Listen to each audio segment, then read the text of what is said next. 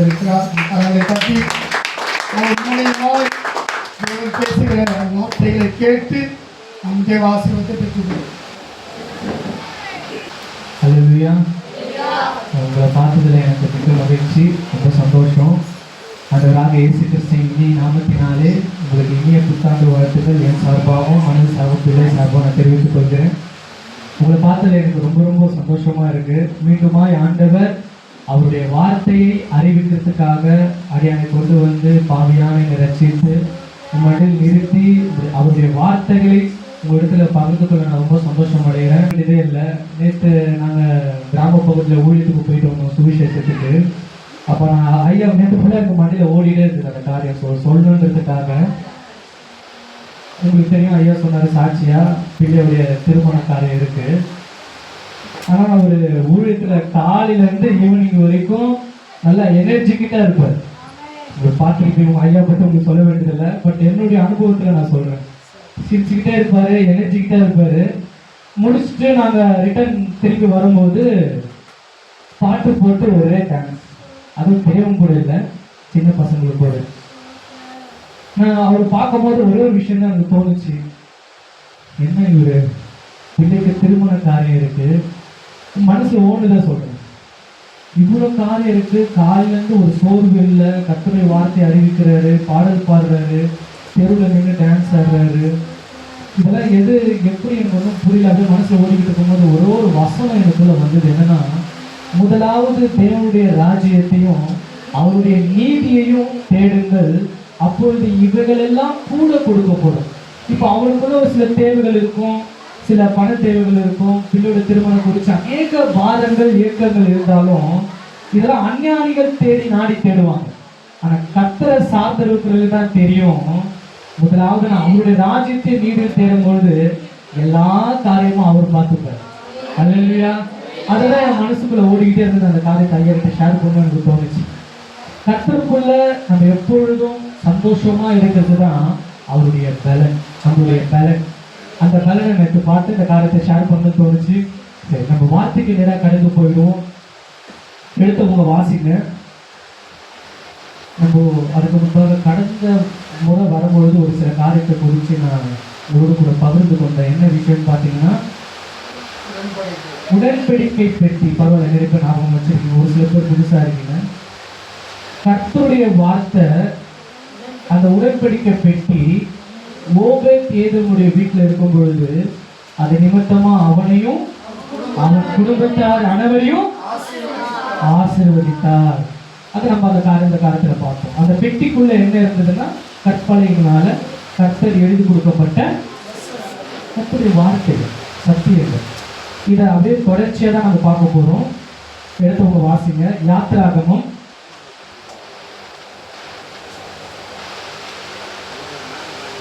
24ஆம் அதிகாரம் 12ஆம் வசனத்தை ஒருத்தவங்க வாசிங்க. 24:12. எடுத்தவங்க பக்கத்து கூட சொல்லுங்க.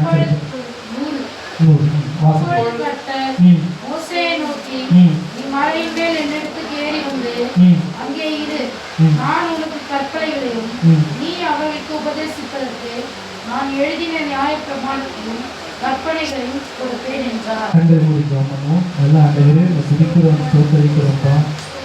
ஆண்டவரே, உங்களுடைய வார்த்தைகள் உண்டான உண்மையை அது உங்களுடைய ஜனங்களுக்கு அறிவிக்க உதவி செய்ய, இந்த வார்த்தை எங்களுடைய வாழ்க்கையில ஆண்டவரே 30, 60 அல்ல 100 பலத்தர உதவி செய்யப்பா. எங்களை தாழ்த்துகிறோம். உங்களுடைய வார்த்தைகளுக்கு எங்கள் செவியை திறந்தருளுங்க, எங்கள் இருதயத்தை திறந்தருளுங்க. வார்த்தைகளை விவரித்து பேச தகப்பனே எங்களுக்கு உதவி செய்யும். இயேசுவின் நாமத்தினால் பிதாவே, ஆமென். இந்த காரியத்துக்கு போகிறதுக்கு முன்பாக ஒரு முன்னுரையா, நான் கடந்த முறை வரும்போது அதை சொல்ல முடியல, ஒரு முன்னுரையா ஒரு சில விஷயங்களை பார்ப்போம். அநேகர் வேதத்தை வாசிக்கிறோம், ஒரு சில பேருக்கு அது என்ன பண்றது இல்லைன்னா புரியறதில்லை. ஏன் புரியறதில்லை? சில பேர் பார்த்தீங்கன்னா, என்ன தம்பி லைனாக லிஸ்டாக இருக்குது, பெயர்கள் இருக்குது, அதுக்கப்புறமா ஒரு இடத்துல வந்து ஆண்டவர் சொன்னார் சமாதானத்தை உங்களுக்கு வைத்து போகிறேன்னு சொல்லியிருப்பாரு. இன்னொரு இடத்துல பார்த்தீங்கன்னா மாமியாருக்கும் மருமகளுக்கும் திருவினை உண்டாக்க வந்திருக்கேன்னு சொல்றது. என்ன தம்பி ஒன்றுமே புரியல ஏன் புரியல அப்படின்னு சொல்லி ஒரு சில வேத பகுதிகளை நம்ம தியானிச்சுட்டு நம்ம கருத்துக்குள்ள உள்ள போயிடுவோம், கருத்து வார்த்தைக்குள்ள போயிடுவோம். ஏசாயா ஒரு ஃபாஸ்டா இருங்க. 29ஆம் அதிகாரம் 11ஆம் வசனம் 12ஆம் வசனம். ஏசாயா 29 11 12. ஆதலால் தரிசனமெல்லாம் உங்களுக்கு முத்திரிக்கப்பட்ட ஆதலால் தரிசனம் எல்லாம் உங்களுக்கு முத்திரிக்கப்பட்ட புத்தகத்தின் வசனங்களைப் போல் இருக்கும். புத்தகத்தின் வசனங்களைப் போல் இருக்கும். வாசிக்க அறிந்திருக்கிற நல்லா புரிஞ்சுக்கங்க. வாசிக்க அறிந்திருக்கிற ஒருவனுக்கும் அதை கொடுத்து ஒருவருக்கு அதை கொடுத்து நீ இதை வாசி என்றால் நீ இதை வாசி என்றால் அவன் அவன் இது என்னால் கூடாது. நல்லா புரிஞ்சுக்கங்க. யாருக்கிட்ட தான் புத்தகத்தை கொடுக்குறாங்க? படிக்க தெரிஞ்சவங்க கிட்ட தான் புத்தகத்தை கொடுக்குறாங்க. இதை வாசின்னு சொல்லும் பொழுது அவன் என்ன சொல்றான்னு பாத்தீங்கன்னா, எனக்கு என்னால் கூடாது. என்னால் கூடாது. காரணம் என்ன அப்படின்னு பாத்தீங்கன்னா, இது முத்திரிக்கிறது என்பான். இப்போ 12ஆம் வசனம் வாசிங்க. அல்லது வாசிக்க தெரியாதவனிடத்தில் எனக்கு வாசிக்க தெரிஞ்சவங்ககிட்டயே கொடுக்கும் பொழுது இது எனக்கு படிக்க தெரியலன்னு சொல்றான். அப்போ வாசிக்க தெரியாதவங்ககிட்ட இந்த புத்தகத்தை கொடுத்தா என்ன ஆகும்? என்னதான் தெரியும்? வாசிக்க தெரியும். அவனுக்கும் வாசிக்க தெரியாதுதான். காரணம் என்ன அப்படின்னு பாத்தீங்கன்னா, இந்த புஸ்தகம் முத்திரிக்கப்பட்டிருக்கு. அது மாத்திரமல்ல, இன்னொரு வசனத்தை வாசிருங்க. ஏசாயா 28ஆம் அதிகாரம் 10ஆம் வசனம். 28 கற்பனையின் மேல் ம் கற்பனையும் ம் கற்பனையின் மேல் கற்பனையும் ம் பிரமாணத்தின் மேல் பிரமாணமும் ம் பிரமாணத்தின் மேல் பிரமாணமும் ம் இங்கே கொஞ்சமும் ம் அங்கே கொஞ்சமுமாய் என்கிறார்கள். கர்த்தருடைய அந்த கற்பனைகள் என்னென்ன கொடுக்கப்பட்டிருக்கு? கற்பனைகள். இப்ப இந்த கற்பனைகள் கற்பனையின் மேல் கற்பனையும் பிரமாணத்தின் மேல் பிரமாணமும் என்ன பண்ற இருக்கு. அது மாத்திரம் இல்ல, 13ஆம் வசனம் வாசிக்கிறீங்க. ஆதலால் அவர்கள் போய் ம் பின்னிட்டு விழுந்து ம் விரும்பும் அடித்து ம் சிக்குண்டு பிடிபட்டு ம் கர்த்தருடைய வார்த்தை அவர்களுக்கு நல்லா புரிஞ்சுங்க. கர்த்தருடைய வார்த்தை அவர்களுக்கு கற்பனையின் மேல் கற்பனையும் கற்பனையின் மேல் கற்பனையும் கற்பனையின் மேல் கற்பனையும் கற்பனையின் மேல் கற்பனையும் பிரமாணத்தின் மேல் பிரமாணம் பிரமாணத்தின் மேல் பிரமாணமும் பிரமாணத்தின் மேல் பிரமாணமும் ம் இங்கேயும் கொஞ்சமும் ஆ. அங்கேயும் கொஞ்சமும் எப்படி? பழைய ஏற்பாட்டுல கொஞ்சம், புதிய ஏற்பாட்டுல கொஞ்சம். இப்படி அங்கும் இங்கும் இருக்கிறதுனால இத படிக்க தெரிஞ்சவங்கிட்ட கொடுத்தா என்ன பண்ண தெரியாது. அப்ப படிக்க தெரியாதவங்கிட்ட கொடுத்தா சரி, அப்ப எப்படிதான் படிக்கிறது, இது எப்படிதான் விளங்கி கொள்றது அப்படின்னு பார்த்தா அதுக்கும் வார்த்தை இருக்கு, வசனத்துல தான் இருக்கு. அந்த வசனத்தை மட்டும் வாசிங்க. ஏசாயா 34ஆம் அதிகாரம் 16ஆம் வசனம். கர்த்தருடைய புஸ்தகத்தில் தேடி வாசியுங்கள். இல்ல, ஏசாயா 34:16 பக்கம் 839. இப்போ வாசிங்க. கர்த்தருடைய புஸ்தகத்திலே கர்த்தருடைய புஸ்தகத்திலே தேடி வாசியுங்கள். தேடி வாசியுங்கள். இவைகளில் ஒன்றும் குறையாது. ஒன்றும் குறையாது. இவைகளில் ஒன்றும் ஜோடி இல்லாதிராது. ஜோடி இல்லாதிராது. அவருடைய வாய் இதை சொல்லிற்று. அவருடைய வாய் இதை சொல்லிற்று. அவருடைய ஆவி அவைகளை சேர்க்கும். அல்லேலூயா. அவருடைய ஆவிதான் என்ன பண்ணுமா? சேர்க்கும். பழைய ஏற்பாட்டிலையும் புதிய ஏற்பாட்டிலையும் சேர்க்கிறது எதுதான்? ஆவிதான். அதுக்காக தான் ஆவி என்ன பண்ணுங்க, பெற்றுக்கொள்ளுங்க பெற்றுக்கொள்ளுங்க. எதுக்காகனா அந்த காரியத்துக்காக தான். இயேசு கிறிஸ்து கூட ரொம்ப அழகா சொல்லுவாரு. என்ன சொல்லுவாருன்னா, நான் போகிறது நல்லது, அப்பொழுது சத்திய தேற்றுள்ள ஆவியானவர் உங்களிடத்துல வரும் பொழுது அவர் சகல சத்தியத்துக்குள்ள என்ன பண்ணுவாராம்? நடத்துவார். அப்போ புரியாம இருக்கிற இந்த வேத பகுதியை விளக்குகிறவர் யார் தான்? ஆவியானவர் தான். அந்த துணையோடு தான், அவருடைய துணையோடு தான் இப்ப என்ன பண்ண போறோம்னா இந்த வேத பகுதியை நம்ம தியானிக்க போறோம். இப்ப மறுபடியும் இந்த காரியத்துக்குள்ள போயிடுவோம். யாத்திராகமம் 24 நம்ம வாசிச்சிட்டோம்.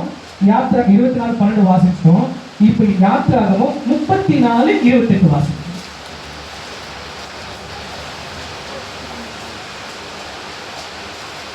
அங்கே அவர் ம் அப்பம் புசியாமலும் ம் தண்ணீர் குடியாமலும் ம் இரவும் பகலும் ம் 40 நாள் கர்த்தரோடு இருந்தான். ம் அவன் அவன் 10 கற்பனைகள் ஆகிய உடன்படிக்கையின் வார்த்தைகளை பலகைகளில் எழுதினான். இப்ப என்ன பாருங்க.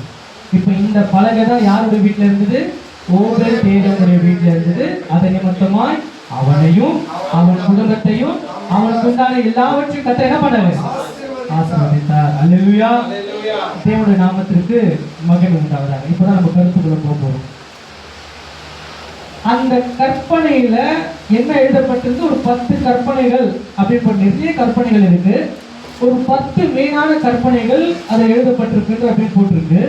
அது என்னென்ன கற்பனைகள் அப்படின்னு சொல்லி நம்ம பார்க்கலாம். ஐயா கூட அங்கே எழுதி போட்டிருக்காரு ரொம்ப அழகா. லாஸ்ட் டைம் கூட அந்த கூடாரத்தை என்னால் மென்ஷன் பண்ணி காமிக்க முடியுது. அதில் கூட அந்த 10 கற்பனைகள் நம்ம ஒட்டி வச்சிருக்காங்க. அந்த 10 கற்பனைகள் என்னென்னன்றதை சும்மா நம்ம அப்படியே ஓரலாக பார்த்துருவோம். அது எங்களுக்கு நல்லாவே தெரியும். யாத்திராகமம் 20ஆம் அதிகாரம், யாத்திராகமம் 20ஆம் அதிகாரம் அப்படி 2, 3 அப்படியே தொடர்ச்சியா வாசிங்க. கொஞ்சம் ஃபாஸ்டா வாசிங்க. யாத்திராகமம் 20ஆம் அதிகாரம் 2, 3ல இருந்து அந்த 10 கற்பனைகள் இருக்கு. உன்னை அடிமை வீடாகிய எகிப்து தேசத்திலிருந்து புறப்பட பண்ணின உன் தேவனாய் கர்த்தர் நானே. என்னை அன்றி உனக்கு வேற தேவர்கள் உண்டாயிருக்க வேண்டாம். மேலே வானத்திலையும் கீழே பூமியிலையும் பூமியின் தண்ணீருக்குள்ளும் உண்டாயிருக்க வேண்டாம். இருக்கிறவர்களை ஒப்பான ஒரு சொற்பயத்தை ஆகியோம் யாதொரு விக்கிரகத்தை ஆகியோம் நீ உனக்கு உண்டாக்க வேண்டாம். நீ அவைகளை நமஸ்கரிக்கவும் சேவிக்கவும் வேண்டாம். தேவனாகிய கர்த்தர் நான் எரிச்சலுள்ள தேவனாயிருந்து என்னை பகைக்கிறவர்களை குறித்து பிதாக்களுடைய அக்கிரமத்தை விலகிடத்தில் 3ஆம் 4ஆம் தலைமுறை மட்டும் விசாரிக்கிறவனாயிருக்கிறேன். என்னிடத்தில் அன்பு கூர்ந்து என் கற்பனைகளை கைக்கொள்கிறோக்கோ 1000 தலைமுறை மட்டும் இரக்கம் செய்கிறேன். தேவனாகிய கர்த்தருடைய நாமத்தை வீணிலே வழங்காதிருப்பாயாக. கர்த்தர் தம்முடைய நாமத்தை வீணிலே வழங்குகிறவனை தண்டியாமல் விடார். ஓய்வு நாளை பரிசுத்தமாய் ஆசரிக்க நினைப்பாயாக. 6 நாளும் நீ வேலை செய்து உன் கிரியையெல்லாம் நடப்பிப்பாயாக. 7ஆம் நாள் உன் தேவனாகிய கர்த்தருடைய ஓய்வு நாள். அதிலே நீயானும் உன் குமாரனானாலும் உன் குமாரத்தி ஆனாலும் உன் வேலைக்காரன் ஆனாலும் உன் வேலைக்காரி ஆனாலும் உன் மிருக ஜீவன் ஆனாலும் உன் வாசல்களில் இருக்கிற அந்நியன் ஆனாலும் யாதொரு வேலையும் செய்ய வேண்டாம். கர்த்தருக்கு 6 நாளைக்குள்ளாக வானத்தையும் பூமியையும் சமுத்திரத்தையும் அவையில் உள்ள எல்லாவற்றையும் உண்டாக்கி 7ஆம் நாளில் ஓய்ந்திருந்தார். ஆகையால் கர்த்தர் ஓய்வு நாளை ஆசீர்வதித்து அதை பரிசுத்தமாக்கினார். உன் தேவனாகிய கர்த்தர் உனக்கு கொடுத்த தேசத்தில் உன் நாட்கள் நீடித்திருப்பதாக. உன் தகப்பனையும் உன் தாயையும் கனப்பண்ணுவாயாக. கொலை செய்யாதிருப்பாயாக. விபச்சாரம் செய்யாதிருப்பாயாக. களவு செய்யாதிருப்பாயாக. பிறனுக்கு விரோதமான பொய் சாட்சி சொல்லாதிருப்பாயாக. பிறனுடைய வீட்டை இச்சையாதிருப்பாதாக. பிறனுடைய மனைவி அவருடைய வேலைக்காரனையும் அவருடைய வேலைக்காரனையும் அவருடைய எருதையும் அவருடைய கழுதையும் பின்னருக்குள்ள யாதரையும் இச்சையாதிருப்பாயாக என்றார். இந்த கற்பனைகள் எல்லாம் நம்ம வாசிச்சு கேட்டோம் இல்லையா? அந்த கற்பனை அந்த ஓபேதேதனுடைய பெட்டி, அந்த பெட்டியில என்ன வச்சாருன்னா இந்த 10 கற்பனைகள் எழுதப்பட்ட அந்த பலகைகள்லாம் அது உள்ள இருந்தது. அது நிமித்தமா கர்த்தர் ஆசீர்வதிச்சார் இல்லையா? இப்போ இஸ்ரவேல் ஜனங்கள் எகிப்து அடிமையாளிகள் இருந்து அவர்களை விடுதலையாக்கி ஒரு இடத்துக்கு கொண்டு போறாரு. அங்கதான் என்ன பண்றாருன்னா இந்த கற்பனைகளை அவங்க நடைமுறைப்படுத்தும்படியாய் அது அவர்களுக்கு கொடுக்குறாரு. ஆனா இந்த கற்பனைகள் கொடுக்கப்படுறதுக்கு முன்பாகவே இந்த 10 கற்பனைகளும் ஃபாலோ பண்ண ஒரு மனுஷனை நம்ம பார்க்க போறோம். நான் புரிஞ்சுக்கங்க. இப்ப நம்ம அரசாங்கம் ஒரு சட்டத்திட்டங்களை கொடுத்ததுக்கு அப்புறமா தான் அந்த சட்டத்தை நம்ம மீறுறோமா இல்லையான்றது தெரியும். சட்டமே இல்லாத போது நம்ம எது செய்தாலும் சரிதான் போடும் இல்லையா? ஆனா கர்த்தருடைய கற்பனைகள் கொடுக்கப்படுறதுக்கு முன்பாகவே ஒரு நபர் என்ன பண்ணாருன்னா இந்த காரியங்கள் எல்லாம் ஃபாலோ பண்ணார். அந்த நபரை குறித்து தான் நம்ம என்ன பண்ண போறோம்னா பார்க்க போறோம். அல்லேலூயா. தேவனுடைய நாமத்திற்கு மகிமை உண்டாவதாக. நான் யாரை குறித்து பேச போறோம் அப்படின்னு பார்த்தீங்கன்னா யோசேப்பு. அல்லேலூயா. யோசேப்பை குறித்து இங்க இருக்கிற அநேகருக்கு தெரியும். ஒரு சில பேருக்கு தெரிய வாய்ப்பு இல்லை. தெரிஞ்சிச்சுன்னா ரொம்ப சந்தோஷம். இது தெரிஞ்சவங்களுக்கு தியானிக்கத்தக்கதாகவும் தெரியாதவங்களுக்கும் புரியத்தக்கதாகவும் நான் மறுபடியும் அதை ரீகால் பண்றேன். ஆபிரகாம், ஈசாக்கு, யாக்கோபு முற்பிதாக்கள். யாக்கோபுடைய பிள்ளைகளை பற்றி தான் நம்ம என்ன பண்ண போறோம்னா பார்க்க போறோம். இந்த யோசேப்பு யாக்கோபுக்கு எத்தனாவது மகனாய் பிறக்கிறான்னு பார்த்தீங்கன்னா 11வது மகனாய் பிறக்கிறார். இந்த யாக்கோபு என்ன பண்றாருன்னா யோசேப்பு இவருடைய வயது முதிர்ச்சியில் என்ன பண்றாருன்னா யோசேப்பு பிறக்கிறதுனால அவர் மேல அதான் ரொம்ப வயசு சென்று இந்த பிள்ளை பிறக்கிறார். அப்ப என்ன பண்றாரு யாக்கோபு? யோசேப்பு மேல அதிக அன்பு வைக்கிறார். யாரு? யாக்கோபு யோசேப்பு மேல அதிக அன்பு வைக்கிறார். இந்த அன்பு வைக்கிறது நிமித்தமா யாக்கோபு என்ன பண்றாருன்னா பல வர்ணம் அங்கேயே அவருக்கு என்ன பண்றாரு? பரிசளிக்கிறார். மற்ற 10 பிள்ளைகளை காட்டிலும் இவர் என்ன பண்றாருன்னா யோசேப்ப கொஞ்சம் அன்பு அதிகமா செலுத்துறார். இத பார்த்த அவருடைய சகோதரர்கள் அவன் மேல என்ன பண்றாங்க? போராமை கொள்றாங்க, எரிச்சல் கொள்றாங்க, அநேக காரியங்கள் நடக்குது. ஆல்ரெடி தன்னுடைய தகப்பனார் யோசேப்பை மட்டும் பார்க்கிறாரே அப்படின்னு சொல்லி இவங்க அண்ணன் என்ன பண்றாங்க? எரிச்சல் பண்றாங்க. இப்போ யோசேப்புக்கு ஒரு சொப்பனங்கள் வருது, ஒரு 2 சொப்பனங்கள் வருது. அதுல ஒரு சொப்பனங்கள் சொல்லும் பொழுது அவங்க சகோதரர்கள் இன்னும் அவர்கள் மேல் யோசேப்பு மேல் கோபம் கொண்டாங்க, பொறாமை கொண்டாங்க, எரிச்சல் கொண்டாங்க இன்னும் அதிகமா. இப்போ இன்னொரு சொப்பனத்தை தன் சகோதரருக்கும் சொல்றான், தன் தகப்பன் தாயாருக்கும் சொல்றான். அப்போ அது நிமித்தமா என்ன பண்றாங்கன்னா இன்னும் கடிந்து கொள்ளப்படுறாங்க. இப்போ யாக்கோபு என்ன பண்ணி இவங்க ஆடு மேய்க்கிறவங்க, இந்த ஆடு மேய்க்கிற ஒரு சந்ததி. இப்ப யோசேப்பு தன் சகோதரரை பார்க்கறதுக்காக போறான். போகும் பொழுது இப்போ அவங்க சகோதரர்கள் என்ன பண்றாங்க? ஆல்ரெடி எச்சலா தானே இருக்காங்க. யோசேப்பை எப்படியாவது காலி பண்ணிடணும், அதாவது கொலை பண்ணிடணும். ஏன்னா இவன் சொப்பனமாக சொல்லியிருக்கான், அந்த சொப்பனக்காரன் வந்துட்டான், இவனை எப்படியாவது கொலை பண்ணிடணும்னு சொல்லி தன் கூட பிறந்த சகோதரர்கள் என்ன பண்றாங்க? எண்ணினார்கள். அவன் என்ன பண்றாங்க? குழியில போடுறாங்க, சாவடிக்கலாம்னு பாக்குறாங்க. ஆனா அந்த காரியத்துக்கு பயந்து அவனை குழியில போடுறாங்க. மீண்டுமா என்ன பண்றாங்கன்னா சரி வேணாம், எதுக்கு ஒண்ணுமே இல்லாத இதுக்கு இவனை வித்துடலாம் அப்படின்னு சொல்லி இஸ்மாயிலுக்கு என்ன பண்றாங்கன்னா யோசேப்பை வித்துடுறாங்க, வேற ஒரு நாட்டுக்கு வித்துடுறாங்க. இப்ப யோசேப்பு என்ன பண்றான்னா இஸ்மாயில் கிட்ட இருந்து எகிப்துல இருக்கிற ஒரு போர்த்திபாரனுடைய வீட்டுல அடிமையாய் போறான். எப்படி போறான்? அடிமையாய் போறான். அடிமையாய் போய் அந்த இடத்துல கர்த்தர் அவனோடு கூட இருந்தார். அது மாத்திரமல்ல, யோசேப்பு அந்த இடத்துல எப்படி போறான்னா அடிமையாய் போறான். அப்போ அந்த வீட்டுல இந்த போத்திபாருக்கு தான் அடிமையா போறான். அவர் ஒரு அதிபதி, அந்த அதிபதியோட வீட்டுல தான் ஒரு அடிமையாய் போறான். இப்போ அந்த இடத்துல ஒரு சம்பவம் நடக்குது. அவனுடைய மனைவி யோசேப்பு மேல என்ன பண்றாங்கன்னா ஒரு சில காரியங்கள் கண் வைக்கிறாங்க, அவன் கூட சயனிக்க விரும்புறாங்க. அப்போ அதுக்கும் என்ன பண்றான்? கர்த்தருக்கு பயந்து விலகி போறான். அதுக்கப்புறமா இது நிமித்தமா அங்க ஒரு சம்பவம் நடக்குது, காவல் கிடங்கு போறான். இது நிமித்தமா செய்யாத குற்றத்திற்கு அவன் சிறைச்சாலைக்கு போறான். சிறைச்சாலையில இருந்து ஒரு 2 பேர் சந்திக்கிறான். அவங்க யாருன்னு பாத்தீங்கன்னா பானபாத்திரக்காரர்களும் சுயம்பாகியும். அவங்களுக்கு ஒரு சொப்பனம் வருது. அந்த சொப்பனத்தை யார் விளக்குறாங்கன்னா இந்த யோசேப்பு விளக்குறான். மறுபடியும் பார்வோன் ராஜா கிட்ட போறான். ராஜாக்கு ஒரு சொப்பனம் வருது. அந்த சொப்பனத்தை நிமித்தமா யோசேப்பு பார்வோனை சந்திக்க வேண்டிய சூழ்நிலை வருது. அப்படி வரும்பொழுது அவன் அந்த சொப்பனத்திற்கு விளக்கத்தை காமிக்கிறான். அதுக்கப்புறமா அந்த விளக்கத்தை நிமித்தமாய் யோசேப்பு அந்த ராஜா முழுவதுக்குமே, அந்த எகிப்து முழுவதுக்குமே அதிபதியாய் அங்க ஆண்டவர் ஏற்படுத்துறார். இந்த காரியங்கள் உங்களுக்கு நல்லாவே தெரியும். இப்ப இந்த 10 கற்பனைகளையுமே அவர் எந்தெந்த காலநிலையில எந்தெந்த சூழ்நிலையில கற்பனைகள் கொடுக்கிறதுக்கு முன்பாகவே அவனால் அதை எப்படி செய்ய முடிந்தது, அது எந்தெந்த சூழ்நிலை அப்படின்னு சொல்லி நம்ம என்ன பண்ண போறோம்? தியானிக்க போறோம். முதல் 4 கற்பனைகள் நான் பொதுவா சொல்லிடுறேன். முதல் 4 கற்பனைகள், அந்த கற்பனைகள் அவனால எங்க எப்படி எந்த சூழ்நிலையில அவனால அதை கடைபிடிக்க முடிஞ்சது அப்படின்றத நம்ம பார்க்கும்போது 4 கற்பனை நான் சும்மா போர்வையா சொல்லிடுறேன். என்னையன்றி உனக்கு வேற தேவர்கள் உண்டாயிருக்க வேண்டாம். 2வது, ஒரு சுருவத்தை ஆகிலும் யாதொரு விக்கிரகத்தை ஆகிலும் நீ உனக்கு உண்டாக்க வேண்டாம். உன் தேவனாகிய கர்த்தருடைய நாமத்தை வீணிலே வழங்காதிருப்பாயாக. ஓய்வு நாளை பரிசுத்தமாய் ஆசரிப்பாயாக.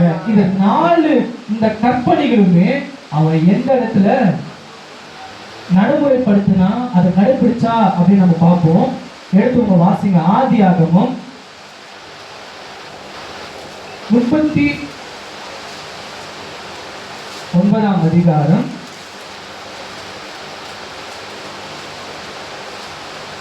1, 2, 3, 4 வாசிங்க. யோசேப்பு எகிப்துக்கு கொண்டு போகப்பட்டான். நல்லா புரிஞ்சுங்க. நான் என்ன சொன்னேன்? யோசேப்பை ஒரு இடத்துல விற்கிறாங்க. அவன் இப்ப எங்க போய் விற்கப்படுறான்னா எகிப்துல போர்த்திபார் அவனை என்ன பண்றாங்க?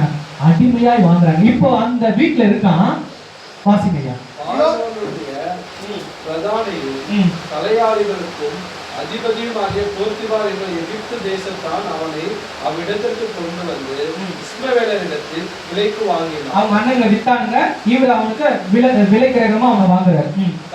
கர்த்தர் யோசேப்போடு இருந்தார். அவன் காரிய சுத்தி உள்ளவனானான். அவன் எகிப்து ஆகிய தன் எஜமானுடைய வீட்டிலே இருந்தான். கர்த்தர் அவனோடு இருக்கிறார் என்று நல்லா புரிஞ்சுக்குங்க. கர்த்தர் அவனோடு இருக்கிறார் என்றும் அவன் செய்கிற யாவையும் கர்த்தர் வாய்க்க பண்ணுகிறார் என்றும் அவன் எஜமானன் கண்டு. போதும், என்ன பாருங்க, அவன் எஜமானன். நீங்க ஆவிக்குரிய ரீதியில சிந்திச்சு பாருங்க. இந்த எகிப்து தேசம் அநேக தேவங்களை உள்ளடக்கியது. நீங்க எகிப்தோட ஹிஸ்டாரிக்கல் போய் பாத்தீங்கன்னா உங்களுக்கு தெரியும். இப்ப இவன் எங்க போறான்? சின்ன பிள்ளையா அந்த இடத்துக்கு போறான். இப்ப நீங்க சிந்திச்சு பாருங்களேன், அந்த இடத்துல எஜமானுக்கு ஒரு சில காரியங்கள் ஐஸ் வைக்கிற மாரி அவனுடைய தேவத்தை வணங்கவும் அவனால என்ன பண்ண முடியும்? முடியுமா முடியாதா? முடியும். ஆனா இந்த போத்திபார் ஒரு விஷயத்தை பார்க்கற, என்ன பார்க்கறான்னா, தேவன் அவனோடு கூட இருக்கிறார் என்று கண்டு அவனுக்கு உண்டான எல்லாவற்றையும் என்ன பண்றாராம்? யோசேப்பு கிட்ட கொடுக்குறாரு. எப்படி கண்டு? நீங்க தியானிச்சு பாருங்க. யாக்கோபு தேவனை தொழுது கொள்கிறார். கண்டிப்பா தன்னுடைய பிள்ளைகளுக்கு அதை சொல்லி கொடுத்திருப்பான், யெகோவா அப்படின்ட்டு. இப்போ யோசேப்பு அந்த இடத்துல போனாலும் அநேக தெய்வங்கள் அந்த இடத்துல இருந்தாலுமே அவன் என்ன பண்றான்? வேற தெய்வத்தை அவன் வணங்கல. அவனுடைய தெய்வத்தை யெகோவாவை தான் என்ன பண்ணான்? கர்த்தரை தான் என்ன பண்ணான்? வணங்கி இருப்பான். அதை யாரு கண்டு? எஜமானன் கண்டு என்ன பண்றாராம்? இவன் தேவன் தான் தேவன் சொல்லிட்டு எல்லாத்தையும் என்ன பண்றாரு? அவனுக்கு ஒப்பு கொடுக்குறாரு. அடிமையா போனவன். அதனால ஆண்டவர் அவனோடு கூட இருந்தார். கர்த்தருக்கு பிரியமான காரியங்களை செய்யும்போது அவன் இருக்க முடியும், தேவன் இருக்க முடியும். அப்ப அந்த 4 கற்பனைகளையும் அந்த இடத்துல அவன் என்ன பண்றான்? ஃபாலோ பண்றான், கை கொள்றான். எகிப்துடைய ஹிஸ்டரியில போய் வாசித்து பாருங்க. அநேக தெய்வங்கள் உண்டு. தண்ணீருக்கு ஒரு தெய்வம், வானத்துக்கு ஒரு தெய்வம், சூரியன் ஒரு தெய்வம். அப்ப அத்தனை தெய்வங்கள் அவன் விலக்கிட்டு என் தேவன், என் தகப்பன் வணங்குற தேவன் தான் தேவன் சொல்லி அந்த இடத்துல யாரு கண்டு? எஜமானன் கண்டு. ஐயா ஒரு விஷயம் சொன்னாரு. நம்ம கூட அநேக நேரத்துல மரியாதை என்ன பண்ணுவாங்க? இதை யாரு கண்டு? சபைக்கும் போறாங்க, சபைக்கும் போறாங்க, அங்கேயும் போறாங்க. ஆனா இந்த இடத்துல பார்வோன் கண்டு உண்மையான தெய்வத்தை இந்த யோசிப்பு வணங்குறதை கண்டு, அப்ப அந்த முதல் 4 கற்பனைகளையும் அவன் என்ன பண்ணிருப்பான்? ஃபாலோ பண்ணிருப்பான். இது தேவ ரகசியம், ஆவியானுடைய விளக்குதல். இப்போ ஐந்தாவது பார்ப்போம். ஆதியாகமம் 37ஆம் அதிகாரம் 9ஆம் வசனம். அப்படியே தொடர்ச்சியா வாசிங்க. வேறொரு சொப்பனம் கண்டு தன் சகோதரனை நோக்கி, இது நான் இன்னும் ஒரு சொப்பனத்தை கண்டேன். சூரியனும் சந்திரனும் 11 நட்சத்திரங்களும் என்னை வணங்கினது என்றான். இதை அவன் தன் தகப்பனுக்கும் தன் சகோதரனுக்கும் சொன்னபோது அவன் தகப்பன் அவனை பார்த்து, நீ கண்ட இந்த சொப்பனம் என்ன? நான் உன் தாயாரும் உன்னை வணங்குகிறோமா என்று அவனை கடிந்து கொண்டான். என்ன பண்றாங்க? தகப்பன் தாயாரும் இப்ப என்ன பண்றாங்க? வணங்குகிறோமா, முன்ன நானும் சகோதரர்கள் என்ன பண்ணுவோம்? வணங்குவோமான்னு சொல்லி அவனை கடிந்து கொண்டான். ஆனா இந்த யாக்கோபு எப்பேற்பட்டவர் தெரியுமா? இவருக்கு ஒரு சொப்பனம் வரும் பொழுது ஆதி காலத்துல அது பெண்ணு போத்தாங்க, நான் பொறுமையா சொல்லிடுறேன். இந்த யாக்கோபுக்கு ஒரு சொப்பனம் வரும் பொழுது வானத்துக்கும் பூமிக்கும் தேவ தூதர்கள் ஏறுதமா இருப்பதை கண்டு அந்த இடத்துல ஒரு கல்லை நிக்க வச்சு அதுக்கு ஒரு சில விஷயங்களை பண்றாரு. யாரு? யாக்கோபு, சொப்பனக்கார யாக்கோபு. சொப்பனம் இவருக்கும் வரும்.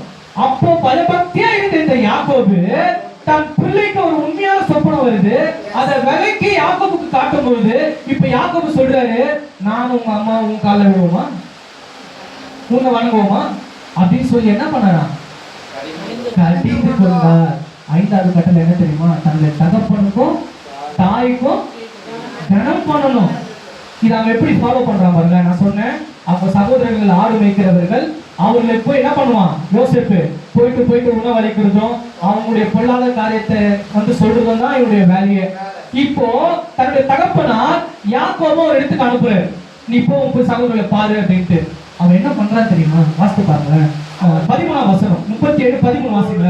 அப்பொழுது யாரு? இஸ்ரவேல் யாக்கோபு தன்னுடைய தகப்பனார். யோசேப்பை நோக்கி ம். உன் சகோதரர் ம். சீக்கிரம் ஆடுகளை மேய்க்கிறார்கள் அல்லவா? சீகேமில் என்ன வரும்? சீகேமிலே ஆடுகளை மேய்க்கிறார்கள் அல்லவா? ம். உன்னை அவர்கள் எடுத்து அனுப்ப போகிறேன். வா என்றார். அது நான் சொன்ன ஆன்சரை பாரு. சொல் பண்ணுங்களேன். அப்பொழுது அவன், ம். நீ போய் உன் சகோதரனுடைய மேஷம் எப்படி என்று ம். ஆடுகள் எப்படி இருக்கிறது என்று பார்த்து எனக்கு மறுசெய்தி கொண்டு வா என்று ம். அவனுக்கு சொல்லி இல்ல 13 லாஸ்ட் பாயிண்ட். வா என்றார். வா என்றான். அவன் இதோ போகிறேன் என்றான். எப்படி ஒரு தீப்படிதல் பாருங்க. தனக்கு முன்னாடி தகப்பனார் கடிந்து கொண்டாரு. கடிந்து கொண்டாரா இல்லையா? வாசிச்சோமா இல்லையா? ஆமென். அவன் என்ன பண்றான்? தன் தகப்பனை கீழ்ப்படிய. நீதிமொழியில் ஒரு வசனம் இருக்கு 23-22ல, உன்னை பெற்ற தகப்பனுக்கு செவி கொடு, ஒரு செவி கொடு. அவன் செவி கொடுத்து போனானா இல்லையா? ஆமென். போப்பா, நான் தேவன் கொடுத்த அவ்வளவு பெரிய தியானத்தை உனக்கு சொன்னேன், நீ கடித்து கொண்ட, நான் ஏன் போகணும்?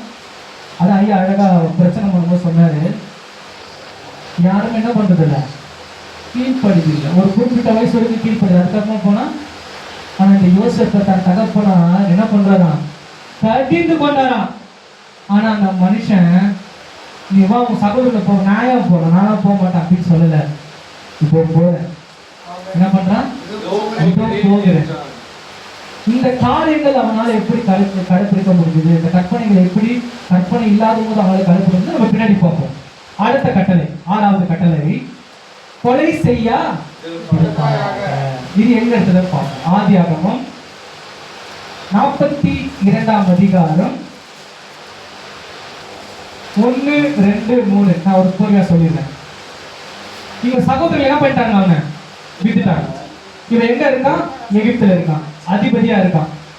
இப்போ எகிப்து முழுக்க இல்ல, உலகம் முழுக்க ஒரு பஞ்சம் ஏற்படுது. அந்த பஞ்சத்துக்கு யோசேப்பு ஒரு சில பிளான் பண்ணி அந்த இடத்துல இப்ப அதிபதியா இருந்து ஒரு பெரிய உணவு கூட ரெடி பண்றான். இப்போ அந்த இடத்துக்கு தான் அநேக உலகத்தார் வந்து அவங்ககிட்ட என்ன பண்றாங்கன்னா உணவு காசு கொடுத்து வாங்குறாங்க. இப்போ இந்த யாக்கோபும் அவருடைய பிள்ளைகளும் இருக்கிற இடத்துல பஞ்சம் உண்டாயிருக்கும். இப்போ இவங்க என்ன பண்றாங்கன்னா, யாக்கோபு சொல்றான், நீங்க போங்கப்பா, எகிப்துல வந்து உணவு இருக்கான், நீங்க அங்க போய் வாங்கிக்கீங்க அப்படின்னு சொல்லி இவங்க பிள்ளைகளை அங்க அனுப்புறாரு. இப்போ இவங்க எங்க வரணும்? எகிப்துக்கு போனோம். எகிப்துல யார் இருக்கா? யோசேப்பு இருக்கிறார். இப்ப அந்த சம்பவத்தை தான் நம்ம பொறுமையா பார்ப்போம். எகிப்திலே தானியம் உண்டு என்று யாக்கோபு அறிந்து தன் குமாரனை நோக்கி, நீங்கள் ஒருவர் முகத்தை ஒருவர் பார்த்து கொண்டிருக்கிறது என்ன? எகிப்திலே தானியம் உண்டு என்று கேள்விப்பட்டு இருக்கிறேன். நாம் சாகாமல் உயிரோடு இருக்கும்படி நீங்களும் அவரிடத்துக்கு போய் நமக்காக நல்லா புரிஞ்சுக்கங்க. நாம் சாவாமல் உயிரோடு இருக்கும்படிக்கு என்ன பண்ணு? அங்க போ. அவங்க போறானுங்களா இல்லையா? போறானுங்க. எங்க போறான்? 6ஆம் வசனம் சொல்லுது, யோசேப்பு தேசத்துக்கு அதிபதியா இருந்து தேசத்தின் ஜனங்கள் யாவருக்கும் விற்றான். நல்லா புரிஞ்சுங்க. யோசேப்பின் சகோதரர் வந்து முகம் குப்புற தரையிலே விழுந்து அவனை அதே ஒரு போடு போட்டிருந்தா அவனை கேட்க ஆள் இருக்கா இல்லையா? சாவடிச்சுக்க முடியுமா? முடியாதா? அவன் வந்து அதிபதி எகிப்துல. அவர் சொன்னாரு, எப்பா யோசேப்பு, நான் வந்து சிங்காசனம் தான் அதிபதி, உன்னை கேட்காம ஒருத்த காலோ கையை என்ன பண்ணக்கூடாது. இப்ப அவனுக்கு வணங்குறாங்க. சம்பாதி போட்டா வச்சுக்க காலி. பண்ணிருக்க முடியுமா? பண்ணிருக்க முடியுமா? முடியாது. கண்டிப்பா நம்மளா இருந்து வச்சுங்களேன், சொந்தக்கார ஏதாவது பண்ணதுக்கு அவன் மூஞ்சிலே முகத்தாவ, ஐயோ நான் எவ்வளவோ அவனுக்கு பண்ணிட்டேன், இதுமே ஐயோ அவன் பக்கம் நான் போக மாட்டேன். இதெல்லாம் ஆணுக்குரிய சுபாவமாங்க. ஆனா இந்த மனுஷனுடைய சுபாவத்தை பாருங்க. 18ஆம் வசனத்தை வாசிங்களேன். 18. 3ஆம் நாளிலே யோசேப்பு அவர்களை நோக்கி, நான் தேவனுக்கு பயப்படுகிறவன், நீங்கள் உயிரோடு இருக்கும்படிக்கு ஒன்று செய்யுங்கள். அதுக்கப்புறமா ஆதியாகமம் 45ஆம் அதிகாரம் 7ஆம் வசனம் வாசிங்களேன். பூமியிலே உங்கள் வம்சம் ஒழியாமல் இருக்க, நல்லா புரியுங்க, பூமியிலே உங்கள் வம்சம் ஒழியாமல் இருக்க, உங்களை ஆதரிக்கிறதுக்காகவும் பெரிய ரட்சிப்பினால் உங்களை உயிரோட காப்பதற்காகவும். கொலை பண்ண அண்ணன்களை பார்த்து அவன் சொல்றான், பெரிய ரட்சிப்பினால் உங்களை உயிரோட காப்பதற்காகவும் தேவன் என்னை உங்களுக்கு முன்னமே அனுப்பினார். எப்பேற்பட்ட சகோதரர்களை பார்த்து அவன் சொன்னா தெரியுமா? ஒரு சொப்பனத்தை சொன்னது நிமித்தமா அவனை கொல்ல நினைத்த அண்ணன்களை பார்த்து, நீங்க உயிரோடு கூட இருக்கும்படியாக என்ன பண்ணாராம்? என்ன முன்னாடி அனுப்பினார். அல்லேலூயா. ஹல்லேலூயா.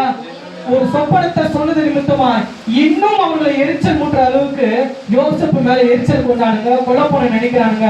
அப்பேற்பட்ட சகோதரர்களை பார்த்து நீங்க உயிரோடு கூட இருக்கும்படியா என்ன பண்ணாரு?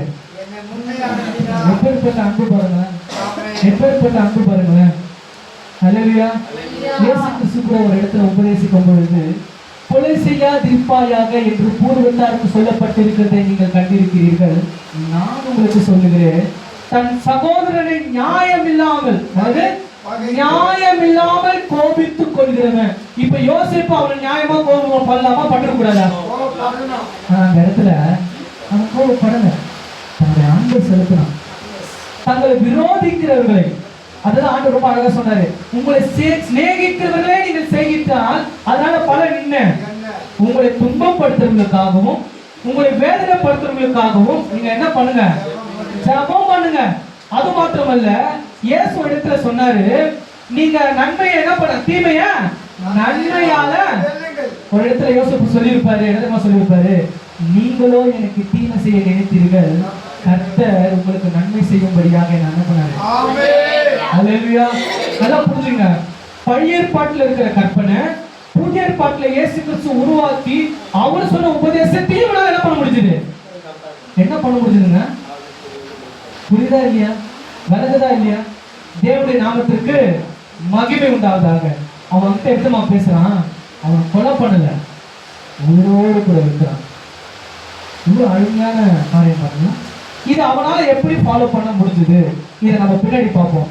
அடுத்தது 7வது, விபச்சாரம் உங்களுக்கு புரிஞ்சிருக்கும் நினைக்கிறேன். இல்லையா? அந்த போத்திபார் வீட்டுல யார் இருக்கா?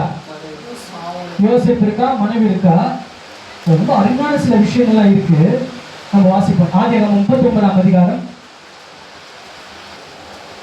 9, 39, 9, 10, 11 பாஸ்டா வாசிங்க. பெரியவன் இல்லை, நீ அவனுடைய மனைவியா இருக்கிறபடியால் அதாவது இந்த போத்திபாருடைய மனைவி ஒருத்தருக்கு மனைவியா இருக்கிறா. ஆனா அவ என்ன பண்றான்னா, யோசேப்ப என்னோட கூட இரு, என்னோட கூட தப்பு பண்ணு அப்படின்னு சொல்லி அநேக நாட்கள் அவனை தொந்தரவுப்படுத்துறான். ஆனா இந்த மனுஷன் சொல்றான், ஏமா என் எஜமா எனக்கு எல்லாத்தையும் கொடுத்துட்டாரு, உன்னை தவிர எனக்கு எல்லாமே கொடுத்துட்டாரு. அவன் என்னமா பண்ணான், நித்தம் அவன் எப்படிலாம் ஒரு மனுஷனை தன்னுடைய வலைக்குள்ள விழுவிக்கிறதுக்காக நீதிமொழியில போய் வாசித்து பாருங்க. அவன் என்னென்னலாம் பண்றானா, கண்களுக்கு மை வைக்கிறா, லிப்ஸ்டிக் போடுறா, அநேக காரியங்களை அவன் என்ன பண்றானா செய்யறா. ஆனா அந்த யோசேப்பு கண்டிப்பா யோசித்து பாருங்களேன், ஒருத்தன் கூட தப்பு பண்ணணும் அப்படின்னு சொல்லிட்டு அந்த பெண் பிள்ளை என்னென்னலாம் பண்ணிருப்பா, தனது உடையில அவனை கவர்ச்சிகரமா என்ன பண்ணிருப்பா, அப்படிப்பட்ட சூழ்நிலை ஏற்படுத்தியிருப்பா. தாவீது கூட ஒரு இடத்துல வாழ்க்கை வழியில் நடக்கும் பொழுது தன் கண்களில் பார்க்கும் பொழுது அந்த இச்சை நிமித்தம் என்ன பண்ணலாம், போய் பாவம் செய்தாரு. நான் விசுவாசிக்கிறேங்க, யோசேப்பு கண்கள்ல கூட பாவம் செஞ்சிருக்க மாட்டான். அல்லேலூயா. அவன் உடை எப்படிலாம் போட்டிருப்பாங்க, எப்படிலாம் வர்ணிச்சிருப்பாங்க, அவனை ஈர்க்கணும் சொல்லிட்டு ஆண்டவர் சொன்னாரு, ஒரு பெண்ணை இச்சையோட விபச்சாரம் பண்றது நீங்க பூர்வத்தாருக்கு பார்த்திருப்பீங்க. நான் உங்களுக்கு சொல்றேன், இயேசு சொன்ன உபதேசம், ஒரு பெண்ணை இச்சையோட பாக்குறது தேவ நாமத்திற்கு அந்த காரியத்துக்கு என்ன பண்ணிருக்க மாட்டான். அப்போ பழையத்தின் காரியத்தையும் புதிய காரியத்தையும் இவனால எப்படி செய்ய முடியுது, அதை நம்ம பின்னாடி பார்ப்போம். அல்லேலூயா. அடுத்த கட்டளை, களவு செய்யா. நான் போறதா சொல்லிடுறேன், டைம் இல்லை, எடுத்துக்கோங்க, என்ன கொஞ்ச நேரம் மன்னிச்சுக்கங்க. ஒரு சொப்பனக்காரனை போய் அவன் சந்திக்கிறான். அதாவது இவன் சிறைச்சாலையில் இருக்கான் யோசேப்பு. அவன் போத்தி பார்த்தா அவன் என்ன பண்றான், மனைவி தப்பு பண்றான். இவன் மேல எந்த தப்புமே கிடையாது, நம்ம எல்லாருக்குமே தெரியும். இப்போ செய்யாத தப்பு நிமித்தமா இவன் சிறைச்சாலைக்குள்ள இருக்கிறான். அப்போ அந்த இடத்துல ஒரு 2 பேரை சந்திக்கிறாங்க. சந்திக்கும் போது அவங்க சொப்பனத்தை யோசேப்பு போய் வாசித்து பாருங்க. யோசேப்பு என்ன பண்றான்னா விலகிறான். விலக்கி அந்த பான பாத்திரம் கிட்ட அவனோட சொப்பனத்தை விலகும் பொழுது கடைசியா ஒரு விஷயத்த சொல்றான், எப்பா இதுதான் சொப்பனம், நீ கண்டிப்பா மறுபடியுமே ராஜா கிட்ட போய் வேலை செய்வ. அப்படி நீ வேலை செய்யும் போது அந்த வசனத்தை மாட்ட வாசிங்க. ஆதியாகமம் 40ஆம் அதிகாரம் 15ஆம் வசனம், 40:15. நல்லா புரிஞ்சுங்க. இப்ப அந்த பான பாத்திரம் கிட்ட யோசேப்பு பேசுறான். அந்த 3 கூடைகளும் 3 நாளாகும். 40:15. நான் எபிரேயருடைய தேசத்துக்கு ம். களவாய் கொண்டு ஒரு வர நிமிஷம். இப்போ அவனுக்கு நான் அர்த்தத்தை அவன் ரொம்ப அழகா சொல்லிட்டான். அவன் நினைச்சிருந்தானா என்னென்னமோ சொல்லிருக்கலாம். யாருகிட்ட? அந்த பானபாத்திரத்தை என்னென்னமோ சொல்லிருக்கலாம். இந்த வசனம் என்னது? களவு செய்யாதிருப்பாயாக. என்னென்னமோ சொல்லிருக்கலாம். அல்லேலூயா, அல்லேலூயா. சாரி, 39:8. இது 40:15. இல்ல நான் வந்து களவு செய்யாதிருப்பாங்க. மன்னிச்சு கொள்ளுங்க. களவுனா திருடக்கூடாது. சிம்பிளா முடிச்சிடலாம். யோசேப்பு அந்த இடத்துல திருடிருப்பான்னு நினைக்கிறீங்க? அவங்க மனைவி கிட்ட சொல்றான், இந்த மனுஷன் உன்னை தவிர எல்லாத்தையும் என்ன பண்ணிருக்காரு, எனக்கு கொடுத்திருக்கிறா. அல்லேலூயா. அந்த இடத்துல அந்த விஷயத்தை என்ன பண்ணலாம செய்யல, திருடல. அதாவது 8வது களவு செய்யாதிருப்பாயாக, திருடாதிருப்பாயாக. அவன் கண்டிப்பா என்ன பண்ணிருக்க மாட்டான், திருடிக்க மாட்டான். இந்த பீரியடுக்கு விரோதமான 9வது கற்பனை பத்தி நம்ம பேசணும். சாரி, 8வது நான் மறந்துட்டேன். 8வது வந்து களவு செய்யாதிருப்பாயாக. களவு செய்யாதிருப்பாங்க என்னது? திருடாதிருப்பாயாக, மற்றொரு பொருளை திருடாதிருப்பாயாக. சில விஷயங்கள் வரும். அந்த காரியத்தை அவன் என்ன பண்ணிருக்க மாட்டான், செஞ்சிருக்க மாட்டான். 9 பீரியடுக்கு விரோதமாக பொய் சாட்சி சொல்லாதிருப்பாயாக. அந்த காரியத்தை தான் பார்க்கிறோம். பானபாத்திரம் கிட்ட போறான். அவன் என்ன சொல்றான்னா, நான் எவருடைய தேசத்திலிருந்து களவாய் கொண்டு வரப்பட்டு, களவாய் கொண்டு வந்தான் சொல்லிருக்கலாம். என் சகோதர ஒருத்தன் இருந்தானுங்க, அவனுனாலதான் நான் இங்க வந்தேன். என்னென்னமோ இல்லாத போல அதெல்லாம் சொல்லியிருக்கலாம். ஆனா அவன் என்ன பண்றான், பொய் சொல்லல. அவங்க அண்ணன்களே மறைத்து ரொம்ப அழகா சொல்றாங்க, களவாய் கொண்டு வரப்பட்டு இந்த காவல் கிளைகள் வைக்கும்படிக்கு நான் இவனிடத்தில் ஒன்றும் சொல்லி. அவன் தெரிஞ்சுனானா என்னென்னமோ சொல்லியிருக்கலாம், பொய் சொல்லியிருக்கலாம். சொல்லியிருக்காம சொல்லியிருந்தாலும் இந்த பானபாத்திரம் என்ன பண்ணிருப்பான், நம்பியிருப்பான். ஏன்னா அவனுக்கு நான் சொப்பனத்தை ரொம்ப அழகா அவன் என்ன பண்ணிட்டான், விலகிட்டான். அப்ப இவன் என்ன சொன்னாலும் இப்ப என்ன பண்ணிருப்பான், கேட்டு இருப்பான். ஆனா அவன் என்ன பண்ணலன்னா, ரொம்ப அழகான பாருங்க, எப்படி ஒரு அன்பு பாருங்க, மறைமுகமான அன்பு. யாரையும் குற்றப்படுத்தாத அளவுக்கு, அவங்க சகோதரரை காட்டி கொடுக்காத அளவுக்கு, நமக்கு விரோதமாய் தீங்கு நினைத்தவர்களை மன்னிக்கிற தன்மையாகவும் அவங்களை அதை விலக்கி மறைச்சு, நான் களவாய் கொண்டு வரப்பட்டேன், இந்த காவல் கருங்களை இருக்கிறதுக்கு நான் எந்த தவறுமே செய்யல. அவன் செஞ்சிருந்தா அவன் என்னென்ன காரியங்களும் புட்டு புட்டு புட்டு புட்டு சொல்லியிருக்கலாம். ஆனா அந்த இடத்துல பொய் சாட்சி அவன் என்ன பண்ணல, சொல்லல. இது 9வது கற்பனை. 10வது, பிறருக்குள்ள யாதொன்றையும் இச்சையாதிருப்பார். என்னை மன்னிச்சுக்கங்க, நான் ஒரு 5 நிமிஷம் எக்ஸ்ட்ரா எடுத்துக்கிறேன். 5 நிமிஷம் மட்டும் எக்ஸ்ட்ரா எடுத்துக்கிறேன். பிறதொன்றை இச்சையா திருப்பாயாக. லாஸ்டா வசனம், ஆதியாகமம் 39ஆம் அதிகாரம்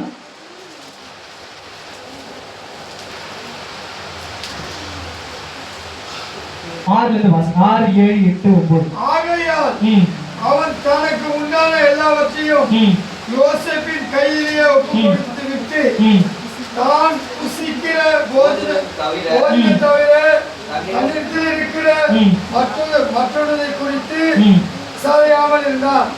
யோசேப்பு அழகு ரூபமும் சௌந்தரிய முகமும் உள்ளவனாய் போதும். அவங்க அந்த போத்தியோட மனைவி அவங்களை செய்யற சில விஷயங்கள் பண்றா. அப்ப அவன் சொல்றான், இங்க பாருப்பா, இங்க பாருமா, எஜமா அவருக்கு உண்டான எல்லாவற்றையுமே என்ன பண்ணியிருக்காராம், யாத்திராகமா. அந்த 10வது கற்பனை என்ன சொல்லுதுன்னா, பின்னுடைய வீட்டை இச்சையாதிருப்பாயாக, பின்னுடைய மனைவியையும் அவனுடைய வேலைக்காரனையும் அவனுக்கு எருதையும் அவனுக்கு கழுதையும் பின்னும் பிறனுக்குன்ற யாதொன்றையும் அவன் இச்சித்தான் இல்ல. அப்ப இந்த 10 கற்பனை காரியமும் அவனால எப்படி ஃபாலோ பண்ண முடிஞ்சது அப்படின்னா, எடுத்து வாசிங்க. ஆதியாகமம் 41ஆம் அதிகாரம் 12ஆம் வசனம் மட்டும் வாசிங்க, நான் சொல்றேன். அப்பொழுது தலையாளிகளில் அதிபதிக்கு வேலைக்காரனாகிய எரேபியர் பிள்ளைகளில் ஒருவன் அங்கே எங்களோடு இருந்தான். அவனிடத்தில் அவைகளை சொன்னோம். அவன் நாங்கள் கண்ட சொற்பனங்களுக்குரிய வெவ்வேறு அர்த்தங்களின்படி எங்கள் சொற்பனத்தை பயண சொன்னார். இப்போ அந்த பானபாத்திரக்கார, இப்ப ராஜாக்கு ஒரு சொப்பனம் வருது. இந்த பார்வோன் ராஜாக்கு ஒரு சொப்பனம் வருது. அந்த சொப்பனத்தை நிமித்தமா அவர் கலங்குறாரு. இப்போ யோசேப்பு பார்வோனை சந்திக்க வேண்டிய சூழ்நிலை. ஏன்னா இவர் சொப்பனத்தை என்ன பண்றவன்? விலக்கி காட்டுறவன், தரிசனங்களை விலக்கி காட்டுறவன். இது நிமித்தமா ராஜா கிட்ட வராரு. இப்போ ராஜா என்ன பண்றாருன்னா, அதுக்குண்டான சொப்பனத்தை நீ சொல்லு அப்படின்னு சொன்னதுக்கு அப்புறமா யோசேப்பு சொல்றான், இது தேவனுக்குரியது, தேவனுக்குரிய காரியம் தான் என்ன பண்ணாரு, உனக்கு ரெட்டிப்பாய் காட்டியிருக்காரு. தரிசனத்தை சொல்றதும் சொப்பனத்தை சொல்றதும் அவருடைய காரியம் அப்படின்னு சொல்லி யோசேப்பு அதை விலக்கி காமிக்கிறான். விலக்கி காமிச்சு இது போல பஞ்சங்கள் வரப்போகுது, இந்த பஞ்சங்களுக்கு நம்ம என்ன பண்ணலாம், ஒரு திட்டம் பண்ணலாம் சொல்லிட்டு அந்த திட்டத்தையும் என்ன பண்றான், பார்வோனுக்கு விலக்கி காட்டுறான். நீங்க என்ன பண்ணுங்கன்னா, பஞ்சம் வரப்போகுது இல்லையா, அதுக்கு ஒரு அதிபதி வைங்க, ஒரு துறை ஆளை வைங்க, வச்சு இப்படி இப்படிலாம் பண்ணுங்க, ஒரு உணவு கூட வைங்க, அந்த உணவு கூடல 7 வருஷம் வருகிற செழிப்புக்கு அதை சேர்த்து வைங்க அப்படின்னு சொல்லி அநேக காரியங்களை திட்டம் பண்ணி கொடுக்குறான். பார்வன் பாக்குறாரு. அப்ப கூட அவன் சொல்லல, என்ன சொல்லல, என்ன வைங்க அந்த இடத்துக்கு நான் பாத்துக்கிறேன் அப்படின்னு சொல்ல, பெருமைப்படல. அவன் என்ன சொல்றான் தெரியுமா, யாராவது ஒருத்தர் செலக்ட் பண்ணி வைங்க.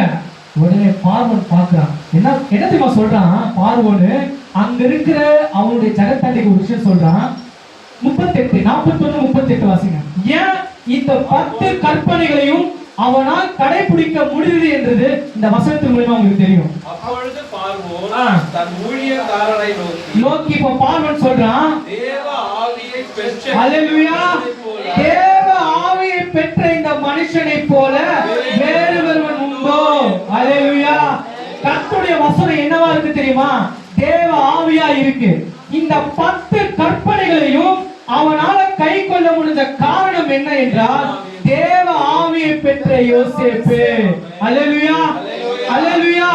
அப்ப தேவ ஆவி நம்மளுக்குள்ள வரும் பொழுது இயேசு கிறிஸ்து சொன்னாரு, யோவான் எழுதின சுவிசேஷம் 16ஆம் அதிகாரம் 7-8 வாசிங்க. யோவான் எழுதின சுவிசேஷம் 16:7-8 வாசிங்க. சீக்கிரம் வாசிங்க. 16:7-8. யோவான், உங்களுக்கு உண்மையை சொல்லுகிறேன், நான் போகிறது உங்களுக்கு நலமா இருக்கும். நான் போகாதிருந்தால் தேற்றலவன் உங்களிடத்திலே வரா. நான் வேறொரு ஆகி அவரை உங்களிடத்திலே அனுப்புவேன். அவர் வந்து பாவத்தை குறித்தும் நீதியை குறித்தும் நியாய தீர்ப்பை குறித்தும் கண்டித்து உணர்த்துவார். இந்த ஆவியானவர் யோசேப்பு மேல தங்கி இருந்ததுனால இந்த 10 கற்பனைகளும் அவனால என்ன பண்ண முடிஞ்சது, கை கொள்ள முடிஞ்சது. இந்த 10 கற்பனைகளும் என்னவா இருக்குன்னா, 1 யோவான் 1ஆம் அதிகாரம் 1ஆம் வசனம் வாசிங்க. 1 யோவான் 1ஆம் அதிகாரம் 1ஆம் வசனம். ஆதி முதல் இருந்ததும் நாங்கள் கேட்டதும் கண்களினாலே கண்டதும் நாங்கள் நோக்கி பார்த்ததும் எங்கள் கைகளினாலே ஜீவ. அப்ப இந்த ஜீவ வார்த்தை தான் ஆவியா இருக்கிறது. இந்த ஜீவ வார்த்தை யாருக்குள்ள இருக்கு, யோசேப்புக்குள்ள இருந்தது. அந்த 10 கற்பனைகளும் அவனால கடைபிடிச்ச முடிஞ்சு நம்ம என்ன பண்ணோம், சம்பவத்தின் மூலமா பார்த்தோம். ஹல்லேலூயா. இப்பதான் நான் பாயிண்ட் வர போறேன். ஹல்லேலூயா. இந்த ஓபேத் ஏதோம் வீட்ல என்ன இருந்தது, உடன்படிக்கை பெட்டி இருந்தது. அந்த பெட்டிக்குள்ள என்ன இருந்ததுன்னா, இந்த 10 கற்பனைகள் என்ன இருந்தது. இது நிமித்தமாய் அவனையும் குடும்பத்தாரையும் அவனுக்கு உண்டான எல்லாவற்றையும். இப்ப யோசேப்பு 10 கற்பனை உடையவனா அவன் என்ன பண்ணான், வாழ்ந்தான். இப்போ அவன் நிமித்தமா ஆசீர்வதிக்கப்பட்டிருக்கணுமா பட்டிருக்கூடாதா? வசனத்தை பார்க்கணும் இல்லையா, எடுத்து வாசிங்க. ஆதியாகமம் 39ஆம் அதிகாரம் 3, 4, 5. நான் முடிக்க போறேன். கர்த்தர் அவனோடு இருக்கிறார் என்றும் அவன் செய்கிற யாவையும் கர்த்தர் வாய்க்க பண்ணுகிறார் என்று அவன் எஜமானன் கண்டு யோசேப்பினிடத்தில் தயவு வைத்து அவனை தன் ஊழியக்காரனும் தன் வீட்டுக்கு விசாரணைக்காரனுமாகிய தனக்கு உண்டான யாவற்றையும் அவன் கையில் ஒப்புவித்தான். இப்பதான் வந்து பாயிண்ட். அவன் தன் வீட்டுக்கு தனக்கு உண்டான எல்லாவற்றிலும் விசாரணைக்காரனாகிய முதற்கொண்டு கர்த்தர் யோசேப்பின் நிமித்தம் அந்த எகிப்தின் வீட்டை ஆசீர்வதித்தார். வீட்டிலும் வெளியிலும் அவனுக்கு உண்டான எல்லாவற்றிலும் கர்த்தருடைய. ஹல்லேலூயா, ஹல்லேலூயா, ஹல்லேலூயா. தேவனுடைய நாமத்திற்கு மகிமை உண்டாவதாக. 2 சாமுவேல் 6:12 வாசிக்காதீங்க.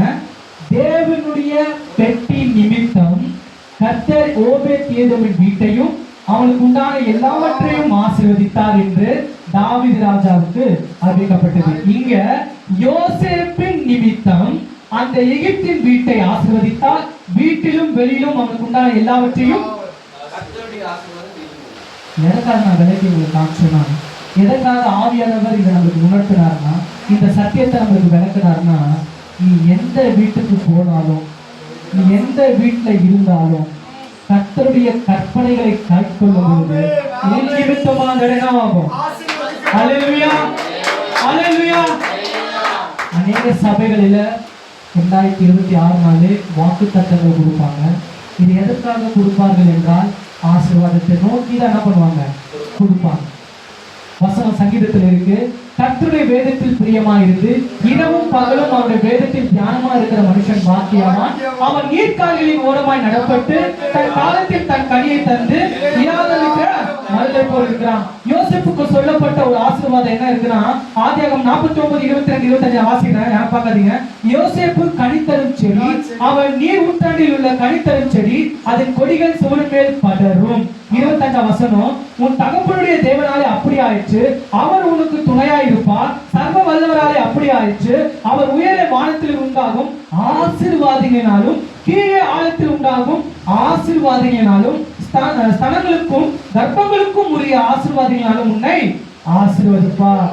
உபாகமத்துல இஸ்ரவேல் ஜனங்களுக்கு ஆண்டவர் சொல்லும் பொழுது 28:1-2 இன்று நான் உனக்கு விதிக்கிற உன் தேவனாகிய கர்த்தருடைய கட்டளைப்படி எல்லாம் செய்ய நீ கவனமா இருக்கும்படிக்கு அவர் சத்தத்திற்கு உண்மையா செவி கொடுப்பாயானால் உன் தேவனாகிய கர்த்தர் பூமியில் உள்ள சகல ஜாதிகளிலும் உன்னை மேன்மையாக வைப்பார். நீ உன் தேவனாகிய கர்த்தரின் சத்தத்திற்கு செவி கொடுக்கும் பொழுது இப்பொழுது சொல்லப்படும் ஆசீர்வாதங்கள் எல்லாம் உன் மேல் வந்து உனக்கு பலிக்கும். நீ பட்டணத்திலும் ஆசீர்வதிக்கப்பட்டிருப்பாய், நீ வெளியிலும் ஆசீர்வதிக்கப்பட்டிருப்பாய். அது மாத்திரமல்ல, இயேசு கிறிஸ்து உபதேசிக்கும் பொழுது யோவான் எழுதின சுவிசேஷத்துல 5:7 நீங்கள் என்னிலும் என் வார்த்தை உங்களிலும் நிலைத்திருந்தால் நீங்கள் கேட்டுக்கொள்வது எதுவோ அது உங்களுக்கு செய்யப்படும். 10:11 நான் என் பிதாவின் கற்பனைகளை கைக்கொண்டு அவருடைய அன்பிலே நிலைத்திருக்கிறது போல நீங்களும் என் கற்பனைகளில் கைக்கொண்டிருந்தால் என்னுடைய அன்பிலே நிலைத்திருக்கிறார். அது மாத்திரமல்ல, 11 என்னுடைய சந்தோஷம் உங்களில் நிலைத்திருக்கும்படிக்கும் உங்கள் சந்தோஷம் நிறைவா இருக்கும்படிக்கும் இவைகளை உங்களுக்கு சொன்னேன். அப்ப இவைகள் எல்லாம் எதற்காக உங்களுக்கு தியானிக்கப்படுது, சொல்லப்படுதுன்னா, அவருடைய கற்பனையின்படி நீங்க வாழும் பொழுது நீங்க எங்க போனாலுங்க கர்த்தர் உங்களை நோக்கி பார்ப்பார். நீங்க ஆசீர்வாதமா இருப்பீங்க. நிறைய பெண் பிள்ளைங்க இருக்கீங்க, கல்யாணமாகி போக போறீங்க. அநேக பிரச்சனைகள், உபத்திரவங்கள், போராட்டங்கள் கணவன் மனைவிக்குள்ள இல்லைனாலும் சுற்றி இருக்கிறவங்களுக்குள்ள வரும். இதை எல்லாருமே நீங்க எப்படி பழகணும், எப்படி நீங்க மற்ற எல்லாருமே ஹேண்டில் பண்ணணுன்ற காரியம் வேதத்துல கற்பனையா சொல்லப்பட்டிருக்கு. ஒருவேளை கணவன் மனைவிக்குள்ள பிரச்சனை இல்லாம இருக்கலாம், உற்றார் உறவுக்குள்ள பிரச்சனை வரும். இதெல்லாம் எப்படி ஹேண்டில் பண்ணணும், எப்படி நீங்க அதுல இருந்து தப்பித்துக் கொள்ளணும், எப்படி அவங்க கிட்ட அன்பா இருக்கணும். யோசேப்பு என்ன பண்ணா, தங்களை எதிர்க்கிறவங்களுக்கு, தங்களை துன்பப்படுத்துவதற்கு அவன் என்ன செஞ்சான்? நன்மை செஞ்சான்.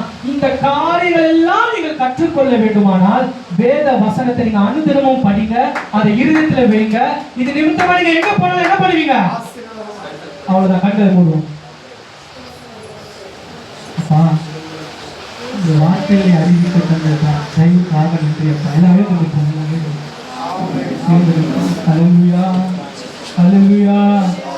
யாருக்குதான் இது விளங்குச்சின்னு தெரியல, ஆனால் எல்லாரும் உங்க மனசுல வச்சுக்கோங்க. அதாவது இந்த 2026 உங்களுடைய கற்பனைகளின் படி வாழ, உங்களுடைய சத்தியத்தின்படி வாழ, கனி கொடுக்கிறது போல வாழ தேவ ஆவியானவர் எங்களை வழிநடத்தட்டும். தேவ ஆவியானவர் எங்களை வழிநடத்தட்டும். சொல்லுங்க, தேவ ஆவியானவரே எங்களை வழிநடத்துங்கப்பா. தேவ ஆவியானவரே உங்களுடைய சத்தியத்தின்படி எங்களை வழிநடத்துங்கப்பா. எல்லா பெண் பிள்ளையும் கேளுங்க, தகப்பனே நாங்கள் வீட்டுக்கு போக போறோம், நாங்கள் குடும்பத்துல வாசம் பண்ண போறோம், அந்த குடும்பத்துல எப்படி கட்டி எழுப்பணும், எப்படி உமக்கு பிரியமாய் வாழணும் என்ற காரியங்களை ஆவியானவரை எங்களை ஆட்கொண்டு வழிநடத்துங்கப்பா. எல்லாரும் சொல்லுங்க, ஆண்டவரை எங்களை வாய்க்கொண்டு வழிநடத்து நடத்துங்கப்பா. அல்லேலூயா. எங்களுக்குள்ளே வாசம் செய்யும் ஆவியானவரே, இந்நாளில் சித்தம் போல் நடத்தி செல்லுமையா. எங்களுக்குள்ளே வாசம் செய்யும் ஆவியானவரே, இந்நாளில் உம் சித்தம் போல் நடத்தி செல்லுமையா. ஆவியானவரே, ஆவியானவரே, பரிசுத்த ஆவியானவரே, ஆவியானவரே, ஆவியானவரே, பரிசுத்த ஆவியானவரே. எப்படி நாம் ஜெபிக்க வேண்டும், எதற்காக ஜெபிக்க வேண்டும், கற்றுத்தாரும் ஆவியானவரே. எப்படி நாம் ஜெபிக்க வேண்டும், எதற்காக ஜெபிக்க வேண்டும், கற்றுத்தாரும் ஆவியானவரே. வேத வசனம் புரிந்து கொண்டு விளக்கங்களை அறிந்திட வெளிச்சத்தாரும் ஆவியானவரே. சொல்வோம். வேத வசனம் புரிந்து கொண்டு விளக்கங்களை அறிந்திட வெளிச்சத்தாரும் ஆவியானவரே. எல்லாம் கை நோக்கி ஆவியானவரே, ஆவியானவரே, பரிசுத்த ஆவியானவரே, ஆவியானவரே, ஆவியானவரே, பரிசுத்த ஆவியானவரே. பனி போல பெய்யும் பரிசுத்தரே, மழையாக பெய்யும் ஆவியே. பனி போல பெய்யும் பரிசுத்தரே, மழையாக பெய்யும் ஆவியே. ஆவியே, ஆவியே, மழையாக பொழியும் ஆவியே. ஆவியே, ஆவியே, மழையாக பொழியும் ஆவியே. பனி போல பெய்யும் பரிசுத்தரே, மழையாக பொழியும் ஆவியே. ஆவியே, ஆவியே, மழையாக பொழியும் ஆவியே. அல்லேலூயா. அம்மா, பரிசுத்த ஆவியின் இடத்துல வரும்போது நீங்கள் பலனடைந்து கனி கொடுக்கக்கூடியவராய் நீங்கள் மாறுவீங்க. அல்லேலூயா. அந்த பரிசுத்த ஆவியை கேளுங்க. ஆண்டவரே, அந்த பரிசுத்த ஆவியை எங்களை ஆட்கொள்ளுங்கப்பா, எங்களை ஆட்கொண்டு வழிநடத்துங்கப்பா. ஆண்டவரே, உங்க துதிக்கிறோம், சோத்தரிக்கிறோம்ப்பா. நீ நல்லவர், வல்லவர், போதுமானவர். உங்களுடைய கிருபை என்றும் சுவாமி. அப்பா, உங்களுடைய வார்த்தைகளை எங்கள் இதயத்தில் வைங்க, அதன்படி நடக்க பரிசுத்த ஆவியானவர் உதவி செய்யுங்க. ஆண்டவரே, நாங்கள் இங்க மட்டுமல்ல, எங்க போனாலும் உங்களுடைய சுபாவத்தோடு நாங்கள் தரித்திருக்க உதவி செய்யுங்க. நாங்கள் போகிற இடங்களை ஆசீர்வதிங்க, நாங்கள் போகிற வீடு ஆசீர்வதிங்க, எங்களை ஆசீர்வதிங்க, எங்கள் குடும்பத்தை ஆசீர்வதிங்க. உங்களுடைய நல் வழிகளை எங்களை நடத்துங்கப்பா. அப்படியா இந்த வார்த்தைகளை தியானித்து கொடுத்தவைக்காக நன்றி செலுத்துகிறோம், எங்களை தாழ்த்துகிறோம். உங்களுடைய நாமத்தை மாத்திரம் உயர்த்துகிறோம். அடியான் கருத்தை ஒப்பு கொடுக்கிறேன்ப்பா, நீரே பெருகுவீராக. அடியான் செல்வத்தன் இயேசுவின் நாமத்தினால் பிதாவே, ஆமென், ஆமென்.